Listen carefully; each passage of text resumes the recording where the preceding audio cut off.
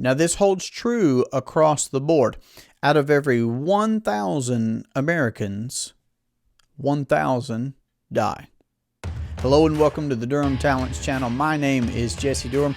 We're back for the next installment of our book review series of R. Nelson Nash's book, Becoming Your Own Banker, Unlocking the Infinite Banking Concept. Today we're going to be covering pages 36 through 40. We're going to be covering the section. It's a section I've certainly been looking forward to. It's creating the entity. So this will be the last portion that we cover in part 2 of his book, Becoming Your Own Banker. We've done a lot of groundwork, and we cannot negate that Nash points out, and I'll even reiterate before we're done again, the bedrock foundation of everything that we've covered so far is so pertinent, so necessary. We cannot jump over that to get to creating the actual entity that we're going to use for privatizing a banking system in our lives. It's absolutely necessary. But here we are. The rubber is meeting the road. We have been working up to this point, of course, making our way through the book.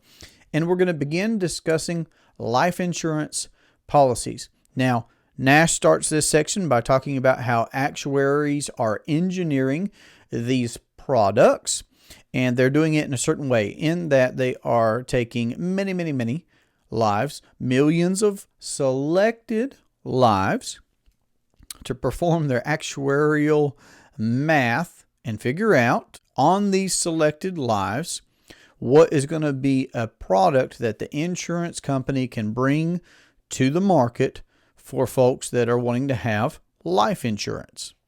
And on page 36, Nash has a graph that we're going to reference. So if you want to look up page 36, he is sharing a 1958, yes, that one's a 1958 Commissioner's Standard Ordinary Mortality Table, CSO, short, it's going to be CSO table. That one is from 1958. There have been others since then, of course. I believe that we're going to see a couple of truths that have permeated from that time to this time, which is that we're living longer. Nash said that at the time that he wrote the book. That was in 2000. At the time of this recording, we are in 2023. Wow, amazing. But that has been a trend that the lifespan has lengthened.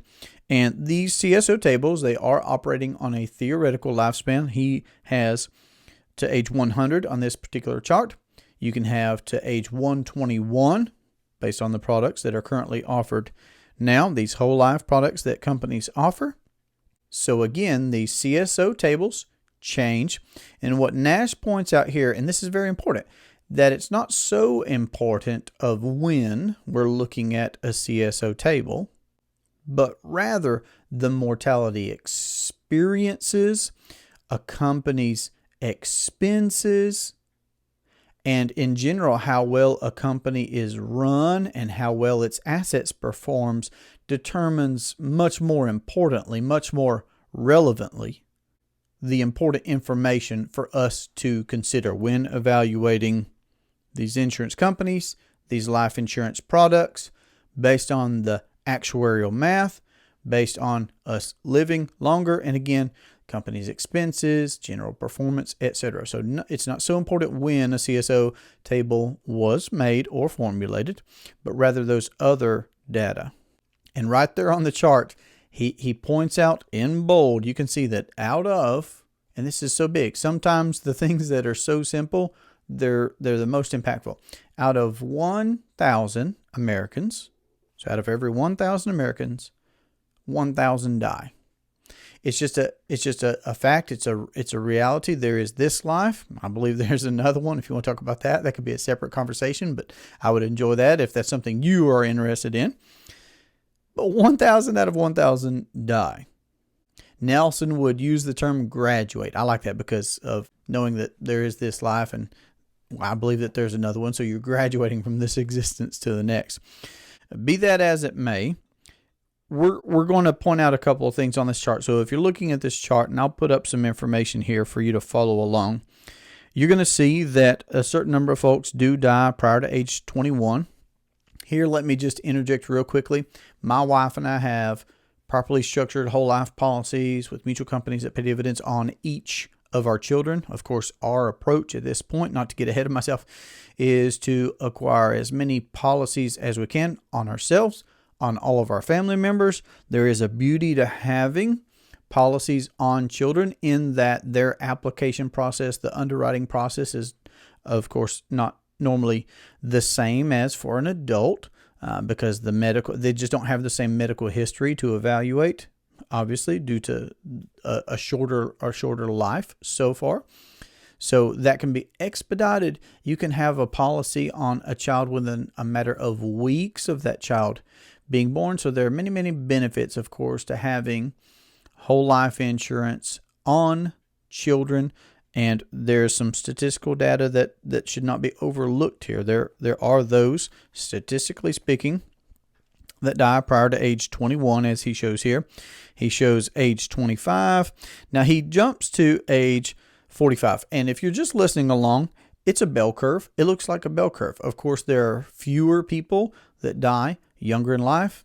Thank goodness we have all the medical advantages, technological advantages that we do nowadays on the front end and on the latter end of life. And then, of course, starting at age 45, those numbers begin to go up, these graduation numbers, these death rates. And then, of course, the biggest portion taking place between 65 and 80. And then fewer people, of course, make it to that theoretical lifespan of 100. And again, these are selected lives. That's important to point out. But when you're looking at this bell curve, yes, 1,000 out of 1,000 die. Yes, some pass early. I've given some pointers on why I think it is very important to go ahead and have coverage, go ahead and have policies on children. Yes, because the underwriting and the application can be expedited because they're children, but the future is unknown. James Nethery, I've heard say that more than anyone else. The future is unknown. You don't know what's going to happen. I don't know what's going to happen. But if we can get policies now on our young children before perhaps other health issues or what have you develop, that's great. You can already own those assets. That's a beautiful thing. But to start pointing out some other metrics here, at age 45, 900 out of the 1,000 are still alive. Now that's 45 years old. It's important to think about what that age in your life has looked like or could look like, depending on how old you are now, of course, while we're considering these concepts. But 9 out of 10 are still alive. And a quarter of the folks will die during those prime working years. Now, why is that important? Well, because we're talking about insurance. So if 1 out of 4 will die between, and this is approximately, again, these tables have changed before, they're going to change again, but let's look at the truths here that we can still see.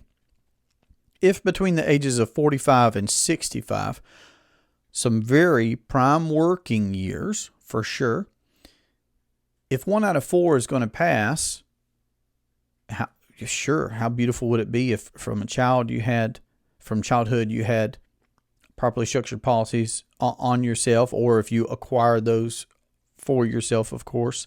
That way you could have, and again, I don't want to get ahead of myself because we will continue to reference back to this illustration and to these truths from this illustration. If 1 out of 4 is going to die in their prime working years, of course it behooves us to have guaranteed protection and coverage for our loved ones because of that financial loss that they would experience from us graduating during prime working years. Okay, now let's keep going. From age 65 to age 80, we're going to see that 3/4, okay, so 3 out of 4 will still require income after 65. Now, I'm going to point out here, I'll just go ahead and plant the seed now. I'll come back to it. These can be prime income earning years. That's right. I'm talking about after age 65, prime income earning years. But not only that, we see here that 3 out of 4 are actually going to require income after 65.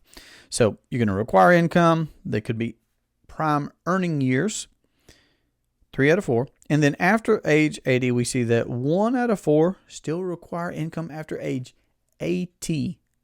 So after 80, we're seeing that 1 out of 4, that's a good percentage, is still going to need income. So I certainly can remember the time being young enough that 10 was a big age.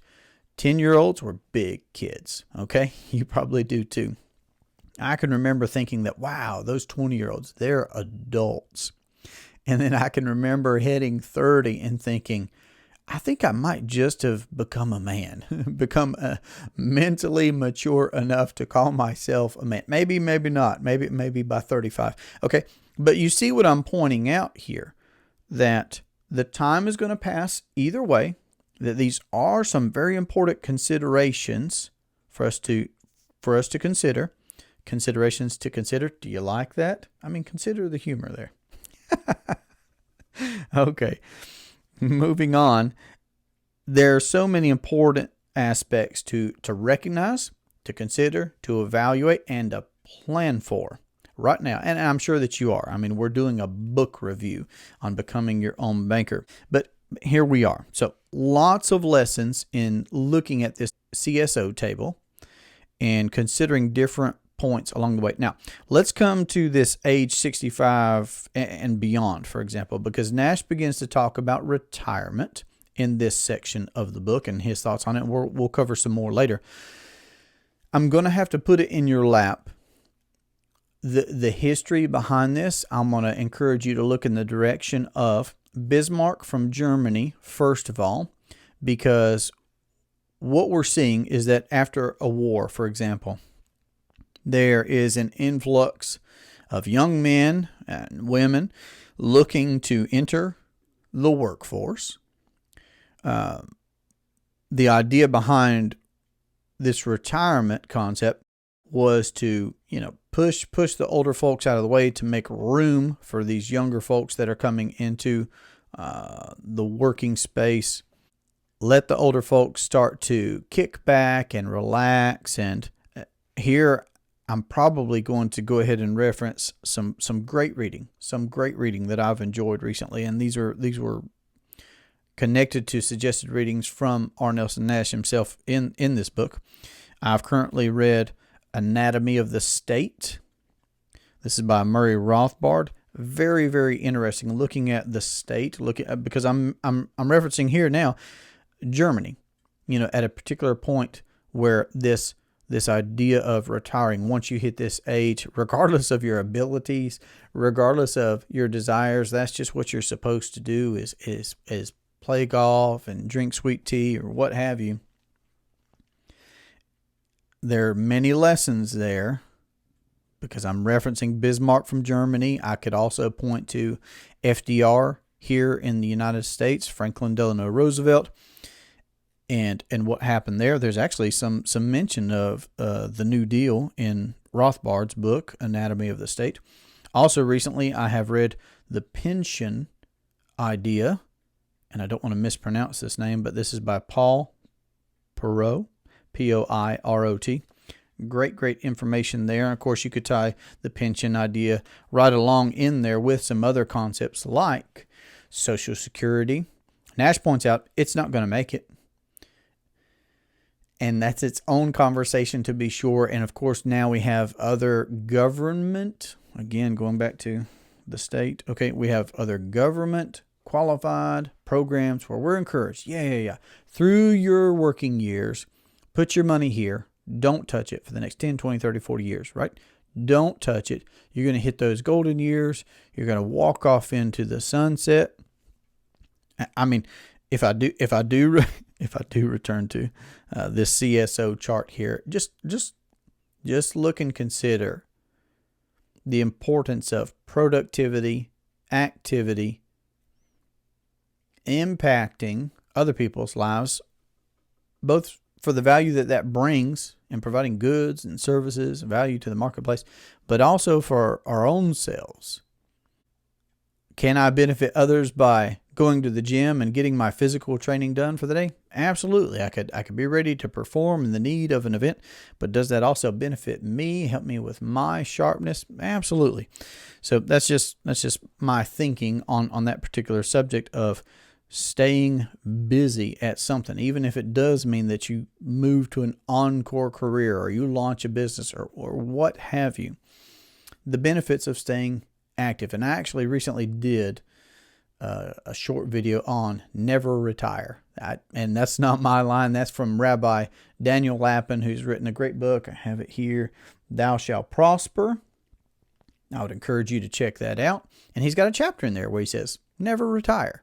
And he goes into depth there. So I'm putting all of this, okay? I'm putting all of this as encouragement to you, just like when I first read Nash's book, Becoming Your Own Banker, in 2015, I saw that recommended reading, and I'm still making my way through Nash's recommended reading. And I'm even still, of course, rereading Becoming Your Own Banker and gleaning new information myself. So I, out of necessity, must give a lot of this to you. And the burden is on you, and I believe that you're animated for it anyway, because you're here listening to this and going through this book with me, and we're considering these things together as we review Nash's book. So it's all great. It's all wonderful. I love it. We've already covered the human problem of arrival. I've not arrived. You've obviously not arrived. We're moving forward together. So looking at retirement, to quote Nash, he called it a socialist mental hangup that has no validity at all. Amen. I like that very much. Those words stand alone on their own. The life expectancy has increased. We've talked about that. And here's an important point. Retirement age has stayed the same, though. So our life expectancy, I mean, has there been a time where folks just were not making it past 60 years old? Sure. But now we are, and a good bit more, and a good bit more of us are. So both of those metrics at the same time. More of us are reaching more advanced years, and the years have advanced themselves. So life expectancy has increased, but the retirement age has stayed the same. That makes no logical sense. That makes no reasonable sense. It's something we need to consider, because again, time's going to go by either way. Just like I got to 10 years old, 20 years old, 30 years old before I knew it, we're going to get to these other ages as well if you're not already there. And don't dismay. Don't dismay. You know, I have often enough heard from folks, clients, prospects, folks that I'm talking with, Jesse, I wish I saw this 10 years ago, 20 years ago, 30 years ago. The best time to plant a tree was 30 years ago. But the next best time to plant a tree is today. We are where we are. Let's go. Now, Nash does say that Social Security will fail. Again, I've already said that's its own subject. It is. The whole idea is built off of faulty premises. Again, I'm going to reference these books, Anatomy of the State by Rothbard, The Pension Idea by Paul Perot. There are many false or faulty premises that can be addressed by educating ourselves on those two works. So John Templeton is somebody that, and this is the founder of the Templeton Fund. This is somebody that Nash references as mentioning that we should work at least until we are 70 years old. At least until we are 70. Again, look at that chart. 3 out of 4 are going to still require income after 65. So he's talking about keeping working. And again, many great reasons why we would consider doing such a thing. So again, I'm not telling you retire, don't retire, but I am asking you to consider the things that I was encouraged to consider when I first read Becoming Your Own Banker back in 2015, because I was a high school teacher at the time. And that meant that I knew exactly how many years I would be working in that system. I knew exactly when I was supposed to retire. I knew exactly, the programs and plans that I was supposed to be, and I was contributing into state retirement. Again, something that I could not control.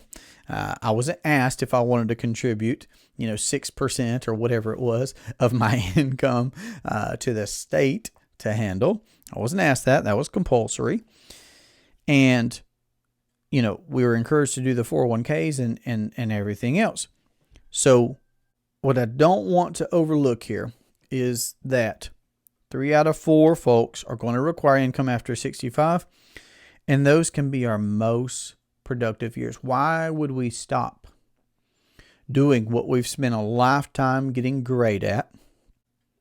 Or why would we relinquish the opportunity to pursue a new dream or goal and be stagnant in that way, knowing that 3 out of 4 of us are going to need income, and knowing that those certainly can be our most productive years?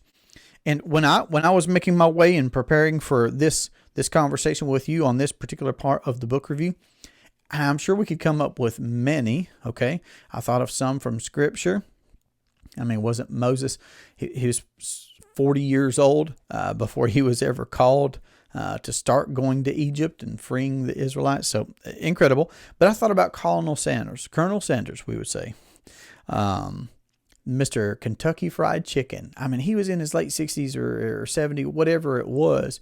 He was in his advanced years of life before he started building that business of getting his recipes out there, getting a system in place of bringing the Colonel's Chicken to the world. And now that's an international company. And I'm just saying that there's a lot to consider there, and I hope that you will take advantage of it like I am still taking advantage of it my own self. Now, let me interject here that the conventional financial propaganda is going to say that, well, we only need insurance from 20-something to 60-something, let's say.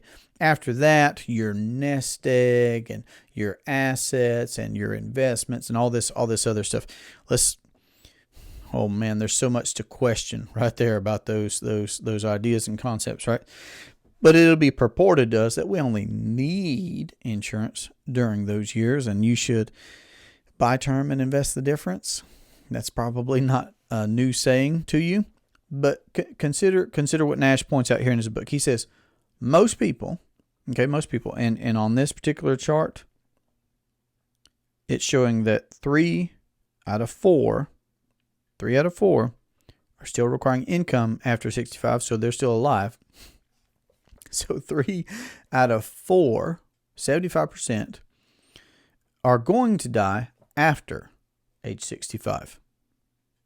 So right at the time where, if you're following that route of buy term and invest the difference, right when it's most likely, right when it's most probable, you're not going to have coverage, you're not going to have protection, you're not going to have that guaranteed tax-free windfall from insurance to your heirs or to your beneficiaries. So not only, do most die after 65, and there's that issue of, well, you could have a tax-free transfer of wealth to the next generation, but also you're going to need income after 65. And what have those investments and assets done? I don't know. You don't know. I don't know what those are going to do if we participate in those plans or programs. I don't know what they're guaranteed to do 10 years from now, 20 years from now, 30 years from now, 40 years from now, and you don't either. Okay, now let's talk about life insurance, because the title of this section, of course, is Creating the Entity. And so we're needing to look at how insurance products are built by actuaries, what that science looks like.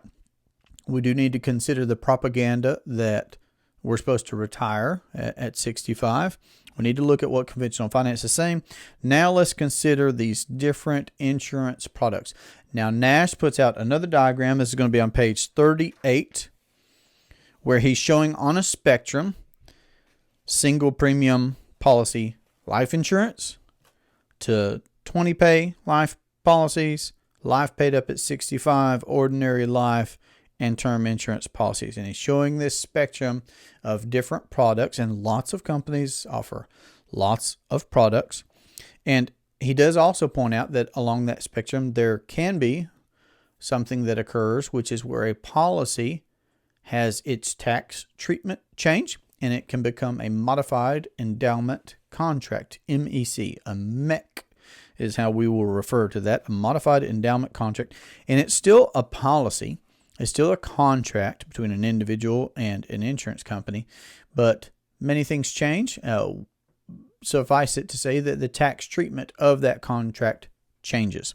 So, looking at this spectrum, it's important to know that all calculations for these products are based off of a single sum amount, meaning whether I want a term insurance or 20 pay or what have you. When a company gives me a premium, that premium amount is going to be based off of, well, what would it cost us to cover Jesse for this allotted time, whether that's my whole life or the next 10 years if I'm getting term insurance, or what's that going to cost us? What's the actuarial science behind that based off of his age or his medical history, or just all those different things that you go through in applying for insurance, and what's his premium amount going to be. So the idea there, of course, is, conventionally speaking, when it comes to insurance, is get as much death benefit as possible for as little premium as possible. As much death benefit as possible for as little premium as possible. That's the conventional approach to getting insurance. Now, term insurance is the oldest. So insurance goes back over 200 years. 200 years. And that's what Nash said, of course, at the time of the writing. That's been another couple of decades till now. So all was term, meaning that if you died during that term, during the time allotted for that contract, then your heirs or beneficiaries or whoever would receive a death benefit. Okay. And now there are these other several products that are offered and some others that we'll mention here in just a second. But insurance is over 200 years old. That's important because when we do start to talk about the whole life policies, of course, we're going to see that, well, the tax code, the IRS, all that came to be in 1913. So life insurance has been around much, much, much longer than the tax code and et cetera. So term costs, let me keep going on term here. We're going to talk about these one at a time, these different products offered on the spectrum. Term costs as one ages rise. Okay, it costs more to insure a 50-year-old than it does a 30-year-old, 70-year-old more than, okay. So what you can find, of course, is that you get to a point where the costs of term insurance become prohibitive, meaning it just doesn't make sense. Folks just aren't going to write the check to have that insurance for the next year because of the cost becoming too much, or the next 10 years, or whatever the case happens to be. So what that means is not only can you anticipate that the costs become prohibitive, but also that you're much more likely then to die, because that part's going to happen, but you're going to die when you don't have life insurance because the costs became prohibitive. So those are some considerations for considering term insurance in comparison to these others. And again, I've got to point out, home insurance, car insurance, phone insurance, those types of insurance only pay out if there's a house fire, for example, if we have an automobile accident. So if you die during the term, during that allotted time in the agreement, in the contract, only then do your heirs or beneficiaries receive that death benefit. Now, ordinary life doesn't focus on if you die, it's when you die, because 1,000 out of 1,000 Americans, right? So ordinary life pays when you die, or unless you reach that 100 years of age or that 121 years of age, depending on which product you have. If you reach 121 years of age, that policy will endow. And if you're still living, the insurance company is just going to give you directly your death benefit, the face amount of that policy. And Nash points out, if we're going to discuss ordinary life now, Nash points out that it's a misnomer to have used that name of ordinary life, that it's a misclassification. He says that it was much more like, and I quote, a banking system with a death benefit thrown in for good measure. So that's a quote from this chapter, because this is just what he began to realize, of course, that this product that had been around for so long, when it was really evaluated as an entity itself, that it had banking functions to it. That this type of a contract, because of the death benefit and the cash value and all the things that we're going to continue discussing, it had these banking attributes to it. Now,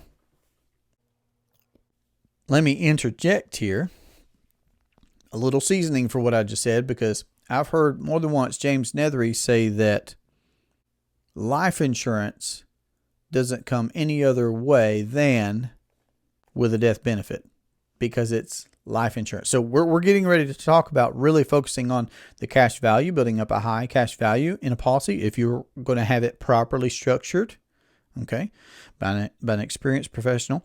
If you're going to have it properly structured for implementing privatized banking, for implementing the infinite banking concept, there's a bigger focus on cash value than the death benefit. But life insurance doesn't come any other way than with a death benefit. So just a little yin to the yang, just a little light to the dark right there, just a little perspective on the dichotomy, and really just a description is what we're going to get to of these different parts of a policy. Cash value, death benefit, etc. But Nash points out that he realized the banking potential with such a policy. So he was saying it was misclassified. It should have just been a banking system with the death benefit thrown in for good measure. Now, the story that he gives us here is about the potato, which is terribly interesting because he's talking about the Spanish conquistadores. We would say los conquistadores. And they came from Spain looking for gold in the New World. And just for one example, they found potatoes. Now, these potatoes were taken back to the quote-unquote Old World.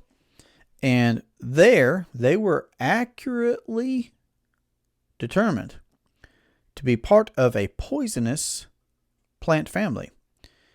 And indeed, we've raised pigs on our property here before, for example. And I found out at that time that we were not to feed, because we have a garden as well normally here. And I was told for sure not to give the greens, for example, from our potato plants to the pigs. It's poisonous. It's poisonous. Potatoes, they're great. I love a baked potato. And that's great, but the potato itself does come from a family. I'm not even going to bother trying to say the name, but it comes from a family of plants that are poisonous. There are multiple poisons that could be procured from the family that potatoes come from. And yet, what Nash points out is that, well, they were looking for gold, the conquistadors were, found potatoes, brought it back. It was misunderstood. It was, misclassified.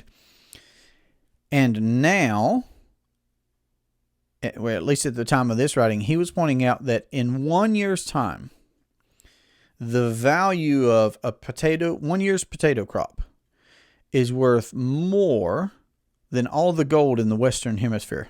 Let me say that again. Conquistadors were looking for gold. One thing that they found, just for an example, is potatoes. Potatoes were brought back. They came from a poisonous family of plants, misclassified, misunderstood, scorned, okay? But now, 1 year's yield of potatoes in the world is worth more than all the gold in the Western Hemisphere. Incredible. Incredible. So again, just pointing out the problem that can come with misclassifying things, misunderstanding things. And now that we've already covered the arrival syndrome, I feel very comfortable in talking about this kind of stuff, knowing that the seeds that I'm sowing are going to land on good ground, and it's going to be fertilized and grow and produce 30-fold, 60-fold, 100-fold. So the potato, that's a beautiful story. I never heard that before.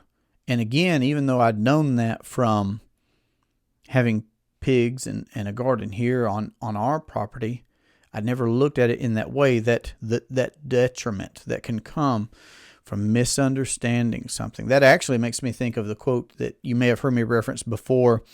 It is Will Rogers who says, the problem isn't so much what Americans don't know, but it's what they think they know that just ain't so. So the grain of truth that, yep, the potato did come from a poisonous family of plants, but now it's also just a staple in so many places. And Nash talks about the potato plague or blight in Ireland, for example, and what a devastation that was, that led to starvation because we'd even swung the pendulum so far as to become reliant, or at that time, and those folks had become reliant upon the potato. All right, now we get to looking at these policies, looking at these different products for the purposes of implementing the infinite banking concept. So let me give you some details, some concise details from this section. One is the shorter the payment period on a policy, the better suited it is. Nash says that. And I do believe that merits discussion, because you could quickly say, well, the shortest payment period. Well, what about a 20-pay life? And I'm certainly not going to say that a 20-pay couldn't be appropriate for someone. Again, that's why it's so important to talk to somebody, work with somebody who personally practices this infinite banking concept when you're looking to implement this. But he does say that there's a better suitability with a shorter pay policy. I would also add some perspective to that point by asking the question, because some folks will say, well, okay, I want to get the capitalization phase too short is the problem. And remember, we've already covered it. One of Nash's key principles is don't be afraid to capitalize.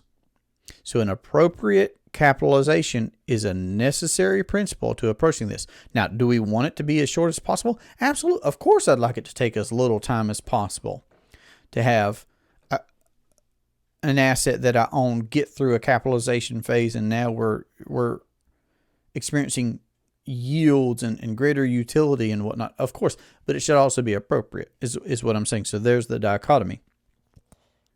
So we're not afraid to capitalize.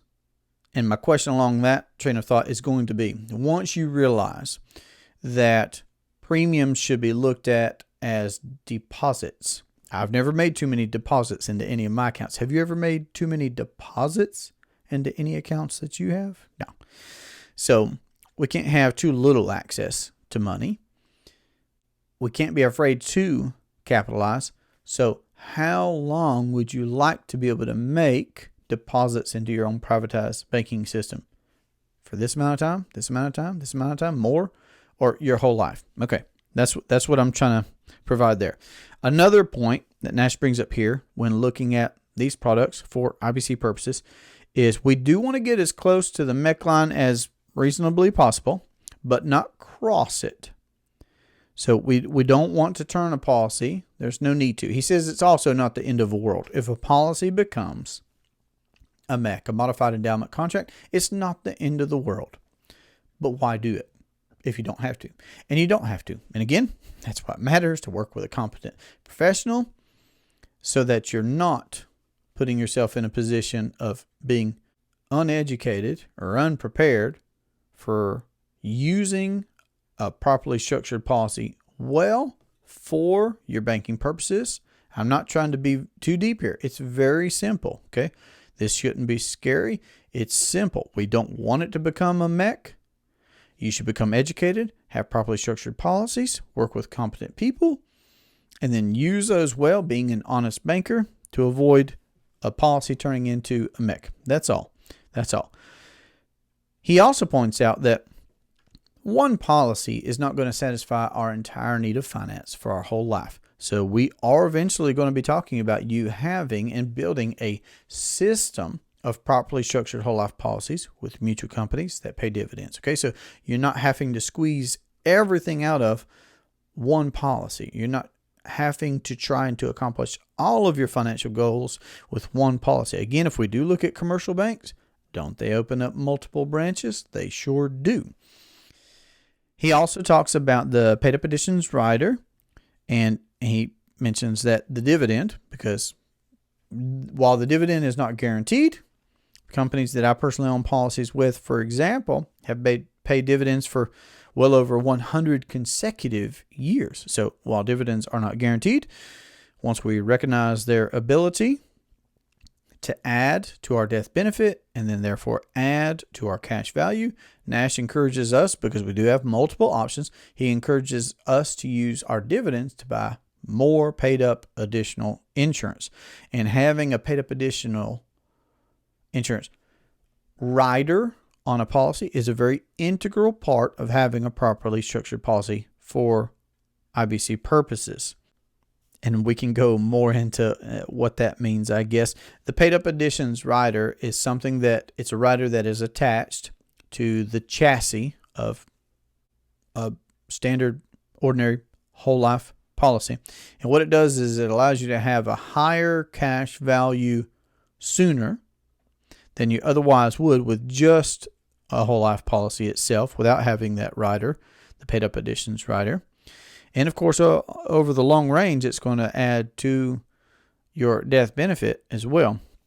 And then, of course, the dividend, as we just mentioned here. So in general, the principle is to have a lower immediate death benefit so that you can have a higher immediate cash value in your policy by taking a whole life policy, adding a paid up additions rider. Now, conventionally, again, let me point out that it goes against what we're conventionally told to do. What we're conventionally told to do is pay as little premium as possible for as big of a death benefit as possible. Here we're saying, well, we're going to focus on premiums. We want to have a high cost insurance. We want to pay as much premium as is appropriately possible for us. As much, you heard me right. We want to pay as much premium as appropriately possible for us without emphasizing the death benefit. Now here again, to add some dichotomy, I say that everyone should have an appropriate amount of coverage. If you have obligations, if you have a desire to cover certain things, provide for certain folks, what have you, you can do that at the same time. It is possible to get a high cash value policy that also from day one provides you with the type of guaranteed coverage and protection that you want. Again, speak with an appropriately educated, practicing professional, someone that's doing this concept themselves as well.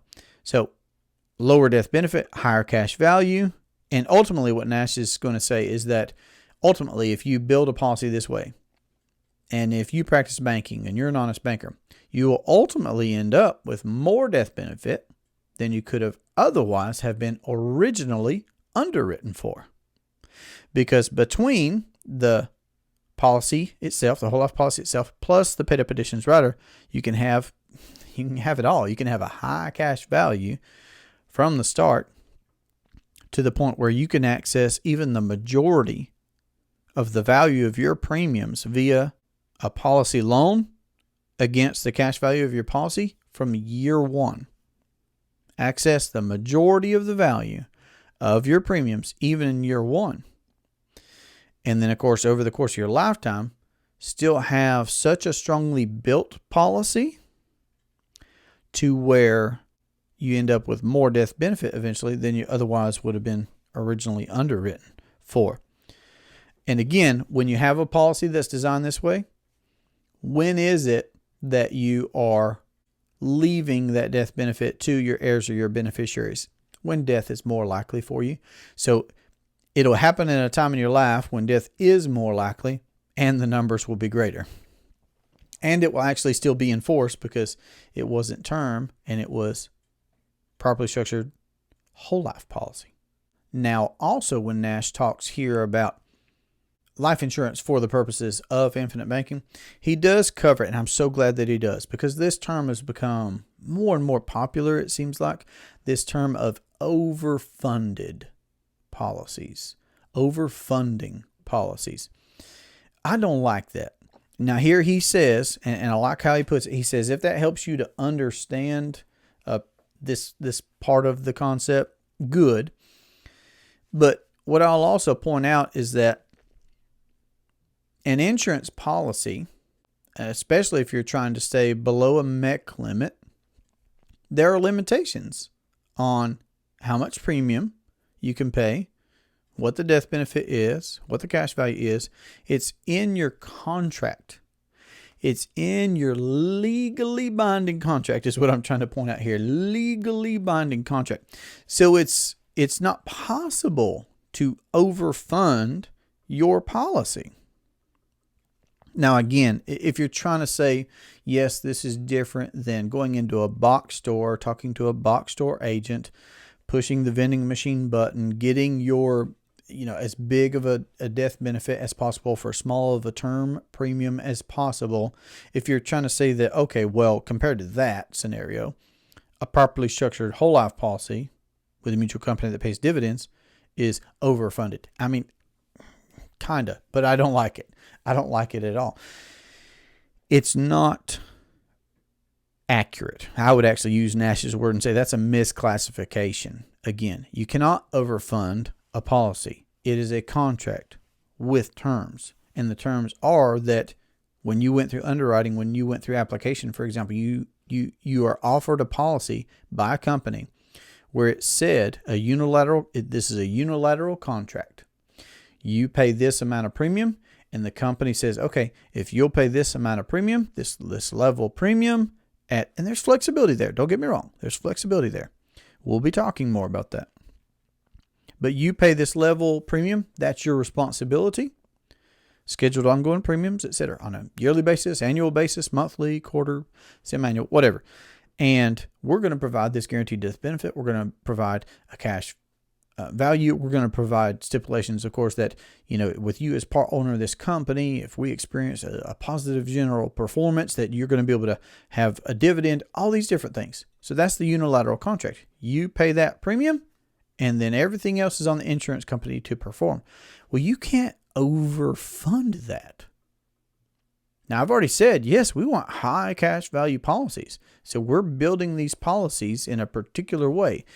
And when I have a phone call with someone, or I'm meeting with someone and they're in our process, we have a talk, we have more than one talk, about their particular financial situation, because a policy should be built for the individual's short-term goals, no question. I started using my first policy in my first year. In fact, after my first month of owning a policy.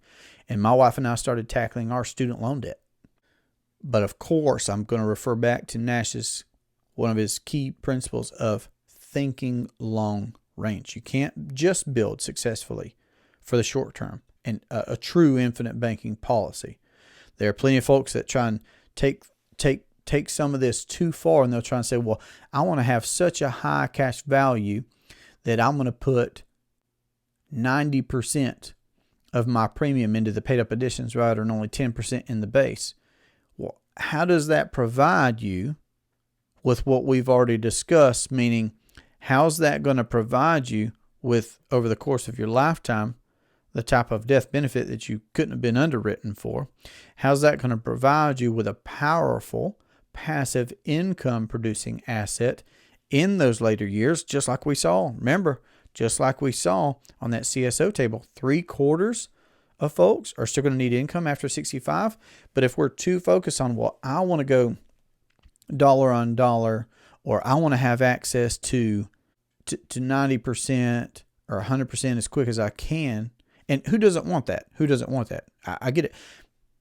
But if you're only thinking about year one, you're not thinking long range, and you're certainly being afraid to capitalize. And that's violating the two key principles to have success. And this is what I'm trying to point out. That's not just a difference of opinion, okay? Because there are folks that do it that way. There are folks that are building policies for folks 90% towards the paid up additions rider, 10% towards the base, and it's just not going to perform successfully as an entity that will own over our whole lifetime for a privatized banking entity or privatized banking system. So this idea of overfunding, in my opinion, is erroneous. And the structure of a policy is so very important. We have to take the totality of the circumstances that we've discussed so far to have a properly structured policy. Yes, we want to pay as much money as possible to have essentially the least amount of insurance. Again, within reason. You should have the coverage that you should have. You should have the protection that you should have. And I know that is counterintuitive to what we're conventionally told to do. I mean, nowadays, could you imagine if you were talking with the average person and you were saying something about, I'm not trying to use crazy numbers here, so I don't think I will use crazy numbers per se, but they might be significant for some, of course, as well. But if you told the average person that you were paying tens of thousands of dollars in life insurance premiums, they just wouldn't know what to do with that. They would think you're kidding, or they would think that you're crazy, because it's not conventional.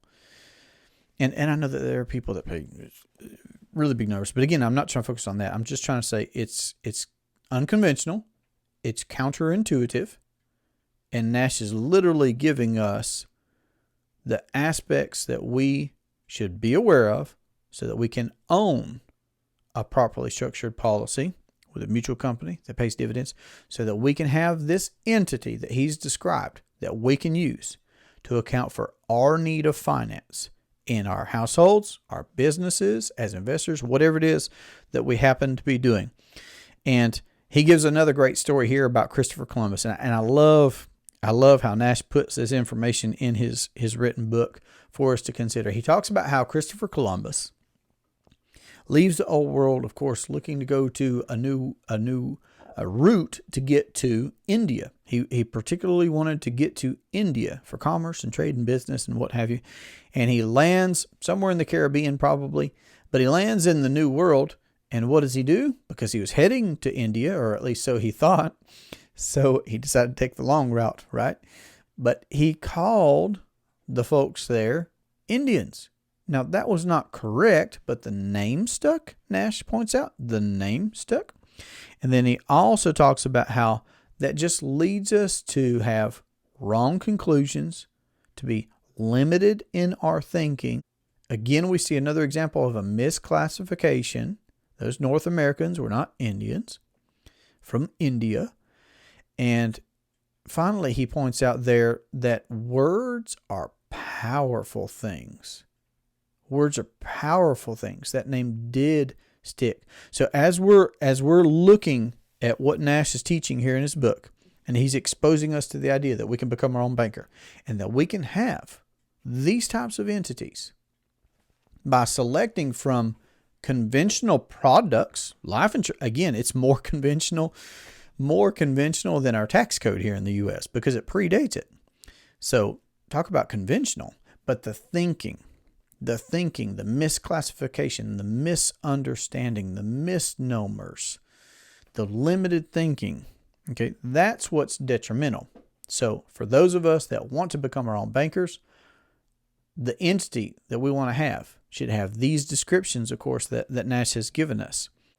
And I talk with folks regularly about things that they've heard elsewhere, things that they maybe have already done elsewhere. And I always bring everybody back to the book. I mean, that's why we're doing this book review.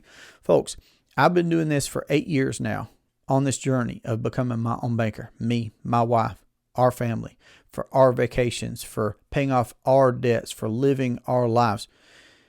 I still reread Nash's book, and it's still important to me and helpful to me to read his book and to study his book and to have conversations with you about it. So here he's given us the descriptions of suitable policies for implementing the infinite banking concept. Now, to wrap up this section, he does cover two important other products that I think we should also note. And one is universal life. Universal life was invented in the early 1980s by E.F. Hutton. He had a stock brokerage firm. They don't exist. Well, actually, not only do they not exist now at the time of this recording, 2023, they didn't exist when Nash wrote the book in 2000. So that really says something, doesn't it? But what essentially was happening was the idea and the approach was to take life insurance and to try and unbundle, which Nash says you can't do. You're not understanding properly whole life insurance when you're trying to do this. And you just got to ask who was trying to do it, why were they trying to do it. These are worthy questions. But there was the attempt to unbundle, to unpackage the life insurance from some type of interest-bearing account. Because again, if you look at whole life insurance, when you pay premiums, that buys you a death benefit, a guaranteed death benefit. And there are lots of other characteristics to consider, but it buys you a guaranteed death benefit. Because it's a guaranteed death benefit, it's going to pay out when you graduate, when you die. It naturally has a net representation of that greater future death benefit in a cash value today. So it's a present day net representation of that greater future death benefit. And they were trying to unpackage this by giving you term insurance, essentially, and also some type of interest-bearing account. Now, what happens is these fall apart in advanced years. We've already talked about how term can become prohibitive in its costs, and then there folks are going to be without having coverage when they are more likely to die.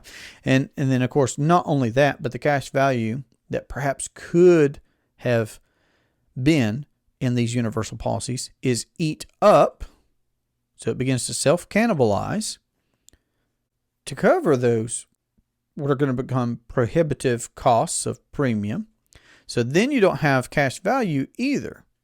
And again, when you recognize the cash value is a representation of the death benefit, so it self-cannibalizes over time, and then it's much more likely not even to be in force as a contract at the time of death. And also, remembering that CSO table, when most people are still going to require income. Nelson did not own any of those policies. Nelson did not own universal life insurance, nor did he sell it. I do not own universal life insurance, nor do I sell it. That's what I have to say about that. And then, of course, as I mentioned, because when I have a strategy call with folks, I'm thinking of an individual who was a minister and is a minister, father, husband, great guy in his community. And we were having our second, maybe even a third phone call. And we were getting into his financial footprint. And he was telling me about some policies that he'd had back from years and years ago. But he was becoming exposed to the idea of becoming his own banker, having properly structured whole life policies. And we were talking about those universal policies. We were looking at what we might do for him, his plans, what he wanted. And at some point, he actually ended up dropping out of our process. We didn't get anything done for him. And I learned not too long thereafter, certainly within a year thereafter, that he'd actually been diagnosed with a cancer. And of course, just that changes things. So my only point here is not to scare folks, but just to say, I don't know what the future holds. You don't know what the future holds. Okay. Other than we can recognize that 1,000 out of 1,000 Americans are going to die, are going to graduate. And knowing that the future is unknown, as we do understand how these properly structured whole life policies can work as a privatized banking entity that also allow us to have a guaranteed tax-free transfer of wealth. The value of those types of guarantees, guaranteed access to capital during our lifetimes, guaranteed compound interest growth on our premiums, guaranteed death benefit for our beneficiaries.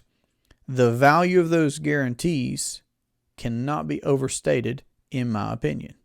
Now, another product that Nash mentions is variable life. And variable life was invented by Equitable Life Assurance Company.